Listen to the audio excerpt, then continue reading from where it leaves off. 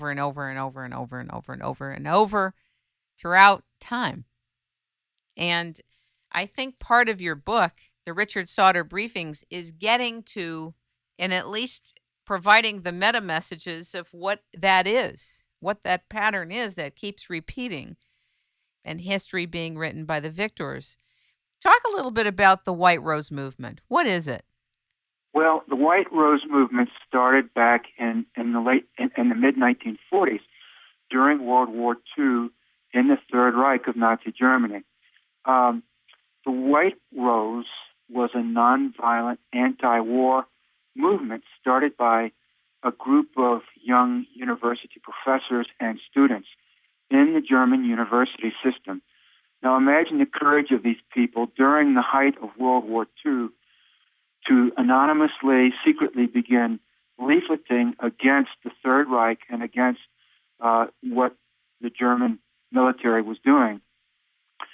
And so they made up these leaflets against the war and against the Third Reich, and they used as a symbol the White Rose. They called themselves the White Rose, and began putting out these leaflets in cafes and universities around the country. Eventually, they were found out and arrested. Many of them were jailed and or tortured. Some of them were even executed. One of those who was executed was a young woman named Sophie Scholl. And it's interesting, her trial took place in the spring of either 1944 or 45, I forget which. And she was drugged before a Nazi judge. She knew she was going to be executed before the day was out because, of course, it was a kangaroo court. And at her trial, she spoke very courageously to the judge and didn't recant her views whatsoever. She spoke about the wrongness of the war and about how he was on the wrong side of history. And then at the end, when it became clear that she was soon going to be sentenced to death and executed, she said something to the effect of, "Look, what a beautiful day it is.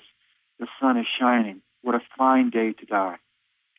And then she was found guilty, sentenced to death, and taken out, and they chopped her head off. So the White Rose movement survived her execution. It lives to the present day. And in fact, earlier this year, on April 15th, I myself, acting under the impetus of the White Rose movement, went to a United States Air Force nuclear missile silo in North Dakota. And I went over the security fence and onto the nuclear missile silo. And there I staged a nonviolent peace demonstration against nuclear war. And in memoriam of Sophie Scholl and the White Rose movement, I took along a huge bouquet of 36 white roses and placed that by the gate to the nuclear missile silo. Well, when the Air Force military police showed up, and they did show up in force, lots of guys with automatic rifles, one armored vehicle with a huge machine gun on top, helicopters flying around, I mean the whole 9 yards. But when the Air Force showed up, they just took the bouquet of white roses and threw the white roses on the ground. You see, their agenda is destruction, it's nuclear missiles, preparation for nuclear war. For them, aesthetics and beauty and spirituality, those are not high values. They're not preparing for love and peace. They're preparing for war and destruction. That's what nuclear missiles are for, and that's what they do if they're ever launched. So that's what I did, and I have talked about the White Rose in my writings and in my interviews.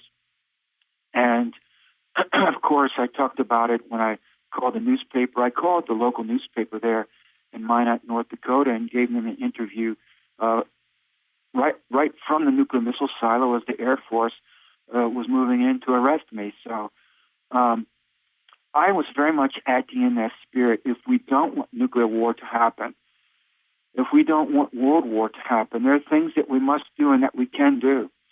And just passively sitting in our recliners or sitting in front of our computer laptops and blogging, you know what?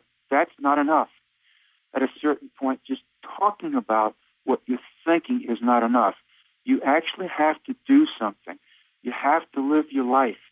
And if you don't want war, then guess what? You have to physically, concretely do something. I think you're right, but I think there's something a little different about, for example, what you did in the peaceful, nonviolent protest is that you penetrated their space. In other words, you didn't stand outside the fence and do your thing. That's right. I cast a direct vote against it. And by the way, it wasn't me who penetrated their space. See, I don't give them that right. They penetrated our space with their darkness and their preparation for genocidal war. Do you understand? Yeah, I do. I do understand it, but to listeners, that could be a translation. That's part of the mind change that we need to make, and we will make as we move deeper into the 21st century. And the sooner we make it, the better. The mind change we need to make is, this is our planet. It, by all rights, can be and should be a peaceful paradise. So those who want to sow their dragon's teeth of death and destruction, also known, a.k.a. nuclear missiles, you know what? They are interlopers. They are the trespassers. So, in effect, all I was doing was claiming my human right to be at peace and without threat of genocidal destruction on the planet of my birth, on the planet where I reside. So, in fact, it is I who was in the right and not they. I was merely pointing out that by no means do you have the right to bring this planet to the point of genocidal destruction through nuclear fire. You're very, very courageous. Well, and I'm also on the right side of history, and that's to my advantage and in my favor. They're on the wrong side of history. If this planet has a future, it's a future of peacefulness and of harmonious cooperation. That's our future.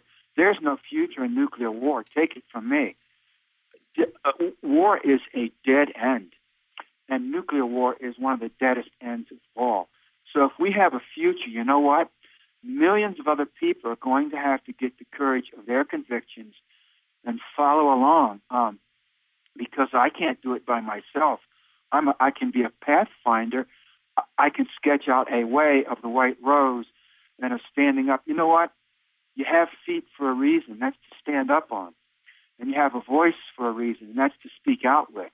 If you don't stand up and make a stand, if you don't use your voice to speak out, shame on you. I totally get that. But I will tell you that 9 out of 10 people will not exercise the courage. Well, then I want that 1 out of 10.